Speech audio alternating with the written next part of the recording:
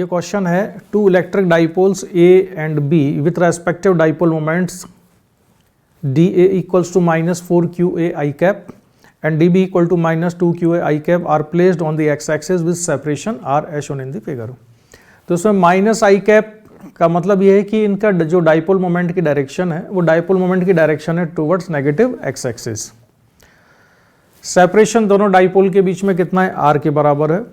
The distance from a eight which both of them produce the same potential. तो हमको वो distance बतानी है जहां पर दोनों डाइपोल की वजह से सेम पोटेंशियल प्रोड्यूस होगा। ठीक है, सेम पोटेंशियल जहां पर प्रोड्यूस होगा वो डिस्टेंस हमको बतानी है, किस पॉइंट पर सेम पोटेंशियल प्रोड्यूस होता है।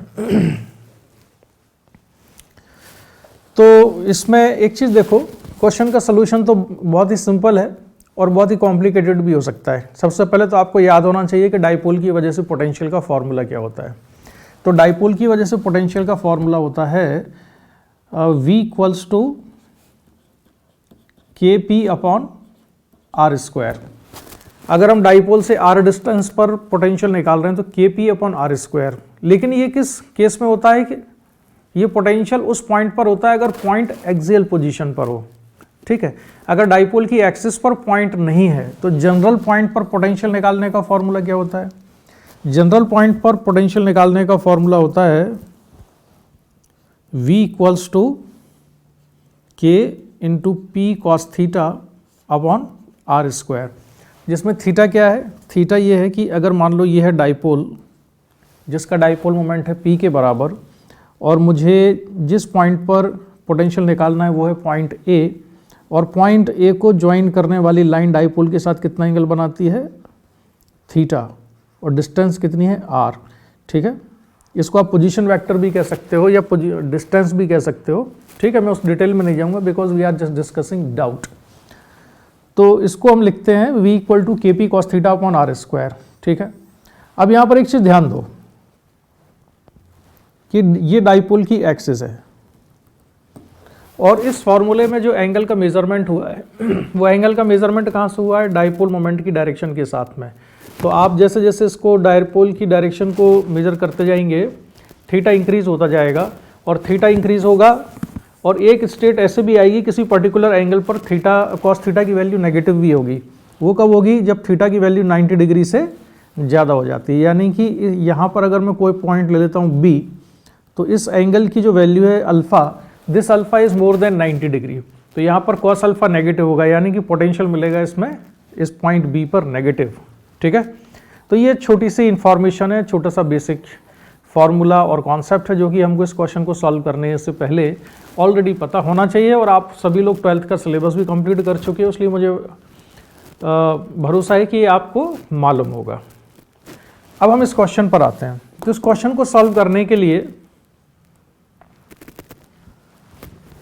मैंने एक्स एक्सिस बना ली और एक डायग्राम बनाया। इस डायग्राम में देखिए एक पॉइंट A पर और पॉइंट B पर डाइपोल रखे हुए हैं और जिनका डाइपोल मोमेंट को मैं रिप्रेजेंट कर रहा हूँ PA और PB से। दोनों के बीच का सेपरेशन है कैपिटल R के बराबर। ठीक है, PA यानी कि डाइपोल मोमेंट कितना है? 4qa है और PB जो डाइपोल मोमेंट है दूसरे डाइपोल का वो है 2qa के बराबर।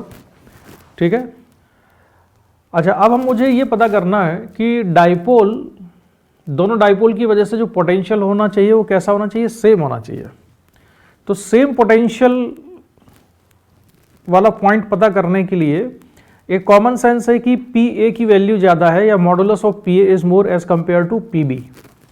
तो वो जो पॉइंट होगा वो PB के क्लोज होना चाहिए और PA से दूर होना चाहिए। जिस पॉइंट पर पोटेंशियल सेम होगा वो पॉइंट PA से दूर होगा and it will be more close to PB, क्योंकि डाइपोल मोमेंट अगर PA का ज़्यादा है तो डिस्टेंस PA से ज़्यादा होना चाहिए और डाइपोल मोमेंट PB की कम है। डाइपोल मोमेंट अगर PB का कम है तो PB से डिस्टेंस कम होनी चाहिए, जिससे कि दोनों चीज़ें मिलकर डाइपोल मोमेंट और डिस्टेंस आपस में कॉम्पनसेट हो जाएं।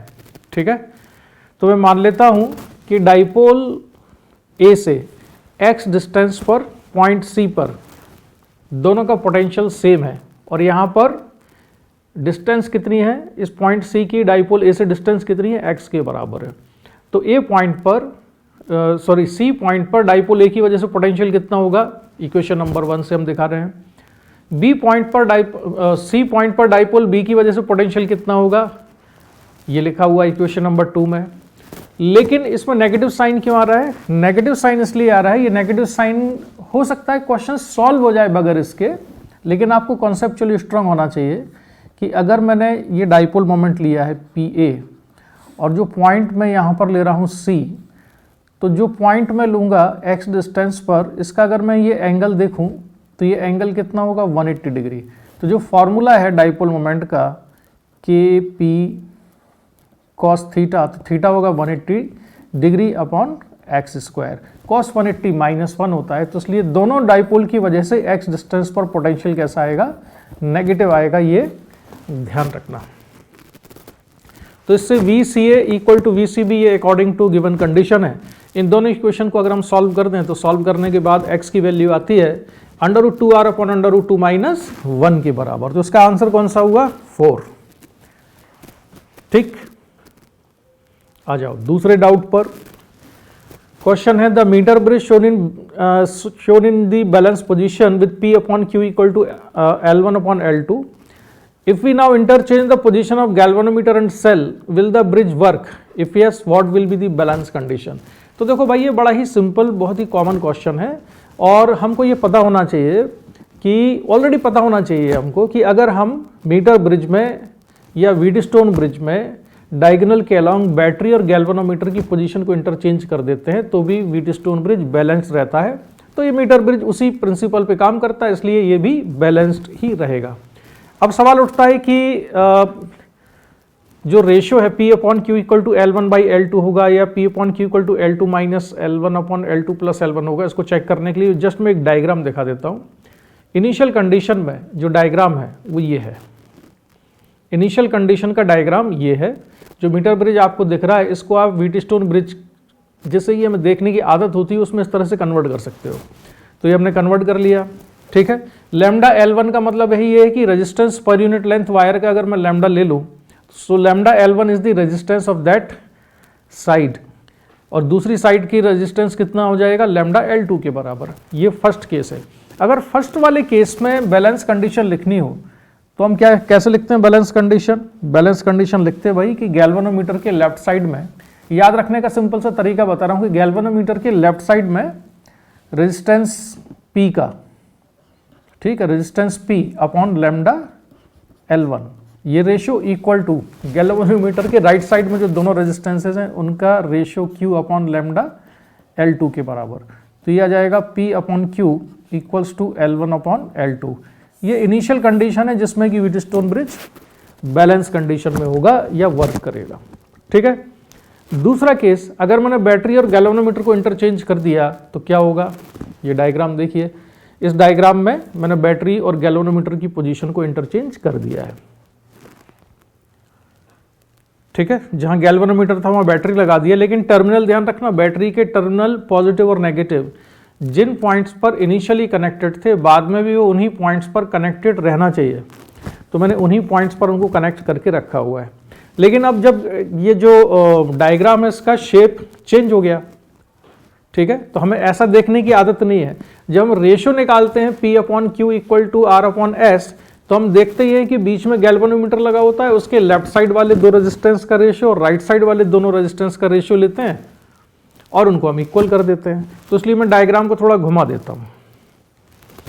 जो मैंने दूसरा वाला डायग्राम लिया है, इसी डायग्राम को मैंने थोड़ा सा पलट दिया, ठीक है। तो यहां से अगर आप देखोगे तो जो गैल्वेनोमीटर कनेक्टेड है, इससे भी, इस सिचुएशन से भी अगर आप कंपेयर करते हो तो कंडीशन वही आती है, P upon Q equal to L1 upon L2 के बराबर, ठीक है। इसके बाद भी अगर कोई डाउट हो, इसमें मैंने ज़्यादा टाइम दिया नहीं है एक्चुअली इसको एक्सप्लेन करने में, क्योंकि ये बहुत ही सिंपल क्वेश्चन है। इसके बाद भी अगर कुछ डाउट रहता है तो मुझे दोबारा से भेज देना। आज रिपब्लिक डे है तो इसलिए मैं जब भी ज़रा छुट्टी के मूड में हूँ। आप सभी को रिपब्लिक डे की बहुत बहुत बधाई हो, गणतंत्र दिवस की बहुत बहुत बधाई हो। इसके बाद भी अगर कोई डाउट होता है तो मुझे भेज देना। मैं बहुत ज़्यादा टाइम इस पर नहीं लगाना चाहता हूँ। Bye bye.